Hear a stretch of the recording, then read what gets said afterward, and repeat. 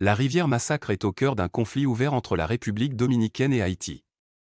Elle prend sa source dans la cordillère centrale au pic de Gallo sous le nom dominicain de Rio d'Ajabón. Plus en aval, elle longe le département haïtien du Nord, puis se jette dans l'océan Atlantique à l'ouest de la ville dominicaine. La ville dominicaine de Dajabón fait face à la localité haïtienne de Ouanaminthe. Sur son versant haïtien, cette rivière reçoit plusieurs affluents dont la rivière de Capotille, la rivière Jean de Nantes et de la rivière La Matrie. Le gouvernement dominicain protestait depuis 2021 contre la construction d'une prise sur cette rivière et a décidé depuis ce mois de septembre 2023 des mesures de représailles contre le pays et ses habitants suite à la décision d'organisation de la société civile de reprendre la construction de l'ouvrage. Dans cet article, nous allons voir, à la lumière du droit, si les protestations et prétentions de la partie dominicaine sont justes et fondées. En août 2018, Haïti entreprit la construction d'un système d'irrigation, alimenté par les eaux de la rivière Massacre dans le double objectif de contrôler ses crues et d'irriguer plus de 3000 hectares de terre dans la plaine de Maribaro. L'entreprise cubaine d'Inve assurait l'exécution du projet depuis juin 2019. Les caractéristiques techniques de l'ouvrage font état de 2,6 km de canal qui sera connecté à un ancien canal colonial restauré, le trop-plein. Le débit de l'eau au périmètre d'irrigation sera de 1,50 m3 par seconde avec des vannes d'une largeur de 1,50 m. Les dispositions des traités bilatéraux passés entre les deux États. Le cadre juridique bilatéral de gestion des cours d'eau transfrontaliers se retrouve essentiellement dans 3 instruments juridiques, le traité de paix, d'amitié et d'arbitrage du 20 février 1929, l'accord d'amitié, de paix perpétuelle et d'arbitrage du 27 février 1935 et le protocole additionnel au traité du 21 janvier 1929 sur la délimitation de la frontière entre la République dominicaine et la République d'Haïti du 9 mars 1936.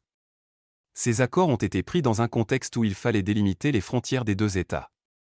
Ces frontières n'ont jamais été définies auparavant dans un cadre juridique formel. Il fallait prévenir tout conflit pouvant naître à cause de ces circonstances. Le premier accord a été conclu en 1929.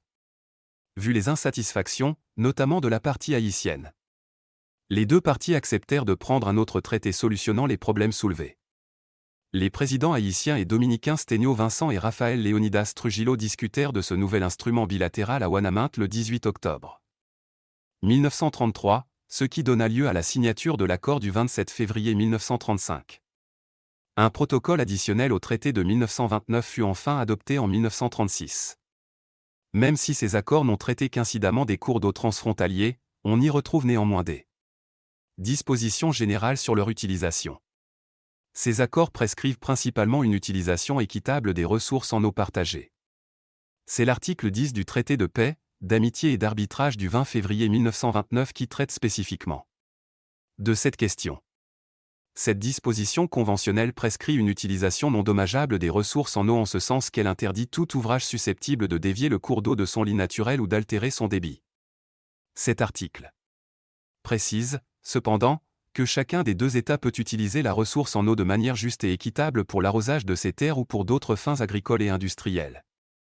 Nous reproduisons cet article in extenso. En raison de ce que des rivières et autres cours d'eau naissent sur le territoire d'un des deux États, traversent le territoire de l'autre, ou leur servent de limite, les deux autres parties contractantes s'engagent à ne faire ni consentir aucun ouvrage susceptible soit de changer le cours naturel de ces eaux, soit d'altérer le débit de leur source. Cette disposition ne pourra s'interpréter à priver l'un ou l'autre des deux États du droit d'user d'une manière juste et équitable, dans les limites de leurs territoires respectifs, des dites rivières et autres cours d'eau pour l'arrosage des terres et autres fins agricoles ou industrielles. Dans le protocole additionnel au traité du 21 janvier 1929 adopté en 1936, les deux États font état du partage des eaux de deux importants cours d'eau, l'Artibonite et le Liban. Il y est établi un droit égal d'utilisation de ces cours d'eau. Le principe d'utilisation équitable et non dommageable du traité de 1929 est ainsi réaffirmé. Le droit d'Haïti d'utiliser la rivière Massacre dans les limites des principes du droit international. Au regard du droit international et des propres traités bilatéraux adoptés, Haïti est dans son bon droit d'utiliser une ressource en eau partagée.